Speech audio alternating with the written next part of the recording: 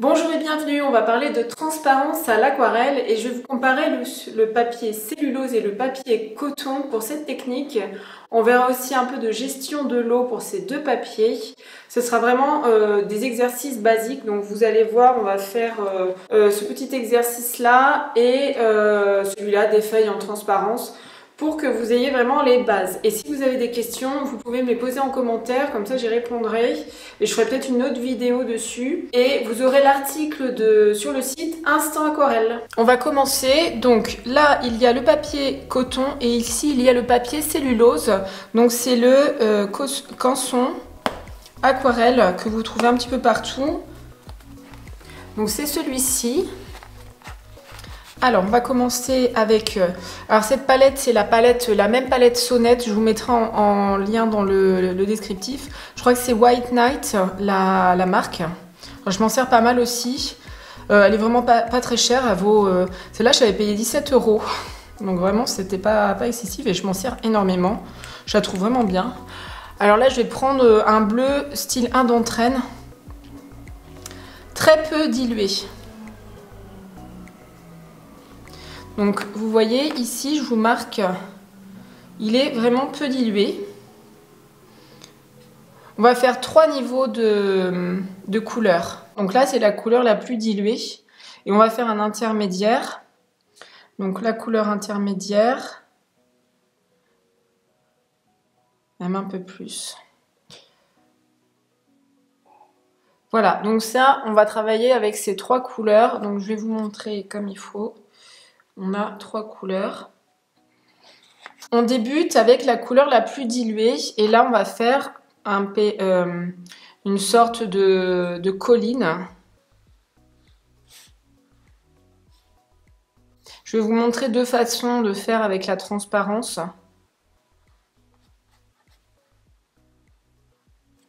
Première, on va faire un feuillage. Là, donc c'est le papier coton. Je suis avec un pinceau Lavis Casaneo. Donc là, c'est le numéro 2. Je m'en sers beaucoup, vous voyez, il est quand même à user sur le côté.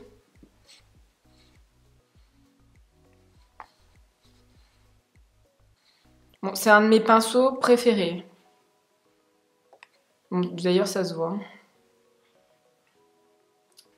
Voilà, donc au niveau de si vous avez une goutte d'eau là, soit vous mettez plus de pigment et du coup ça va vous faire un bord plus foncé, sinon vous prenez votre chiffon, vous aspirez, vous enlevez un petit peu d'eau grâce au chiffon et là on absorbe l'eau qui reste. Alors je tapote, hein, vraiment j'appuie pas sur mon pinceau et vous voyez là c'est bon, c'est équilibré au niveau de la répartition du pigment. On va faire pareil avec le papier cellulose. Bon là ça me gêne trop. Hein. Puis je vais mettre ma manche dedans comme d'habitude. Alors là regardez, c'est beaucoup plus difficile. Je sais pas si vous voyez, mais donc pour répartir l'eau sur du papier cellulose, il faut vraiment faire des petits tapoter légèrement. Et s'il y a trop d'eau, ben, vous prenez votre chiffon, vous aspirez l'eau. Et puis vous repassez, vous aspirez l'eau sur votre papier cellulose. Attention quand même, il faut avoir le geste délicat et pas trop appuyé. Bon voilà, on est bon. Donc là, papier cellulose, papier coton. Et là, on va faire la petite colline.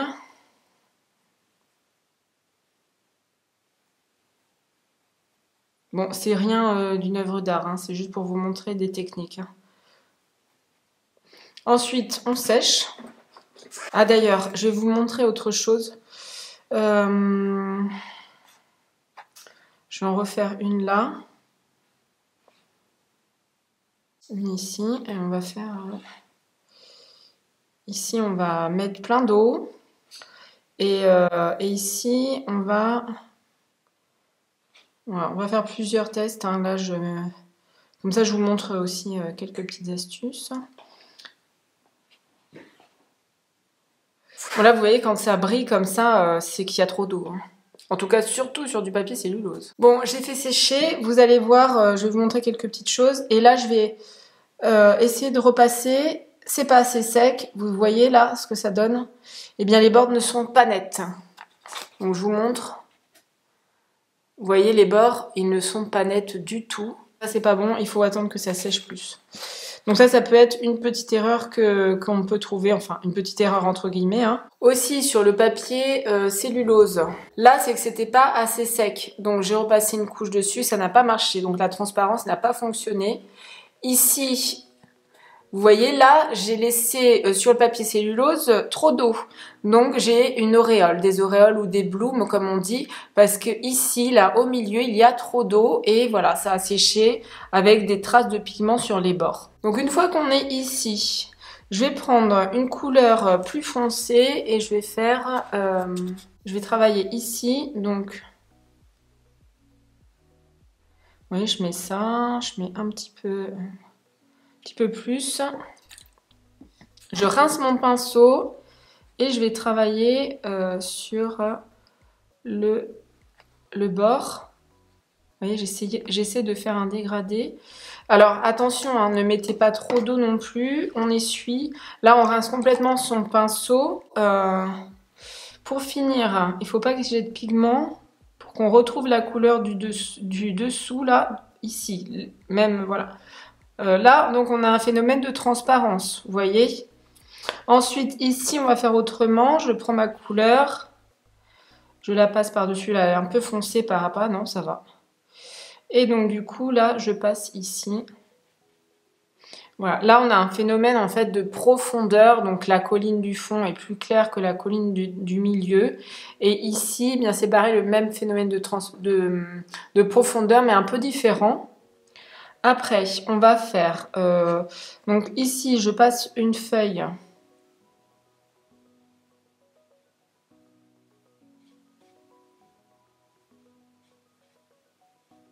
Donc là, il faut que je fasse attention parce que là, je sens que l'auréole va arriver. Oula, en plus... Là, le papier cellulose, hein, il faut vraiment arriver à le gérer. Hein. C'est possible, mais au niveau... Alors par contre, je vous déconseille le papier cellulose pour travailler sur les paysages. Hein. Là, moi, je ne vais pas m'y aventurer. Hein. C'est pas... Là, il vous faut investir dans du papier coton si vous voulez faire des paysages. Bon, je vous montre... Il faut absolument que je vous fasse une vidéo pour trouver du papier coton... à bon rapport qualité-prix. Alors, maintenant, on va passer sur une autre transparence. Donc, on est soit sur le papier cellulose, soit sur le papier coton. Mais là, je suis sur le papier coton. Donc, on passe... Vous allez voir en transparence la feuille du dessous. Voilà. Là, c'est une autre façon de faire. Donc là, la transparence, là, elle est bien ici. Ici, la transparence, elle est plutôt bien ici. Là, c'est un peu un phénomène différent de profondeur. Vous aurez plus voilà, la profondeur au niveau des feuilles. Ensuite, on va passer... alors, je vais faire sécher.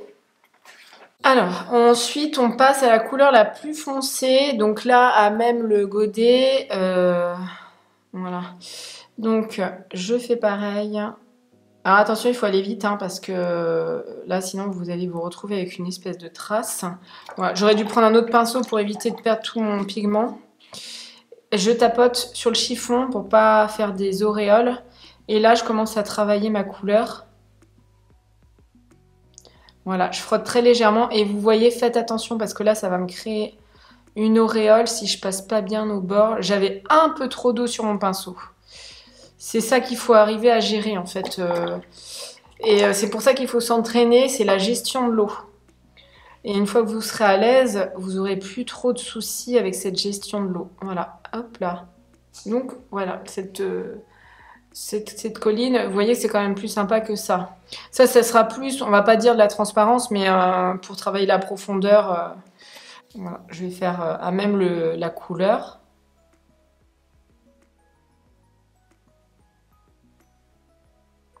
Ouais, je me demande si on peut parler de transparence là-dessus. Et là, pareil, hop. Voilà, j'ai très peu d'eau, j'utilise très peu d'eau. Là, par contre, du coup, je vais rincer un peu. Je vais pas faire la couleur la plus claire. Je vais juste partir sur une couleur un ton plus foncé, enfin un peu plus foncée. Et vous allez voir que là, vous aurez aussi... en transparence les formes de derrière qui vont apparaître. Ça, voilà. Parce que là, par exemple, si on teste sur du foncé, mettre une transparence, ça va être compliqué quand même. Que là, sur des couleurs claires, on peut y arriver. Vous voyez? Donc j'espère que ça vous aura éclairé. Faites très attention, il faut vraiment vous entraîner sur votre papier, sur le phénomène de transparence.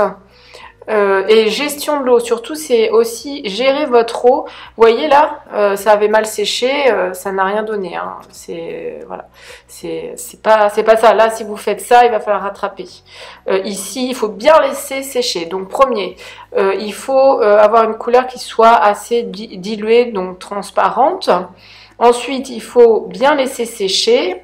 Et il faut passer par-dessus avec d'autres couleurs. Donc soit vous faites ce phénomène-là pour un petit paysage, vous voyez, vous pouvez faire un petit paysage et continuer avec du foncé encore plus. Et mettre peut-être des arbres autour, enfin voilà. Ici, pour les feuillages et les fleurs, vous voyez, vous avez une idée de ce qu'on peut faire. Et là, pour plus de profondeur, en fait, pour vos bouquets, par exemple, vous pouvez faire ça. Voilà. Alors, qu'avez-vous pensé de cette vidéo? Est-ce qu'il y a d'autres points que je dois aborder? Si c'est le cas, vous pouvez me laisser un commentaire. Et vous avez l'article sur Instant Aquarelle où vous pouvez aussi me laisser un commentaire si vous préférez. Donc je vous retrouve la semaine prochaine dans une autre vidéo.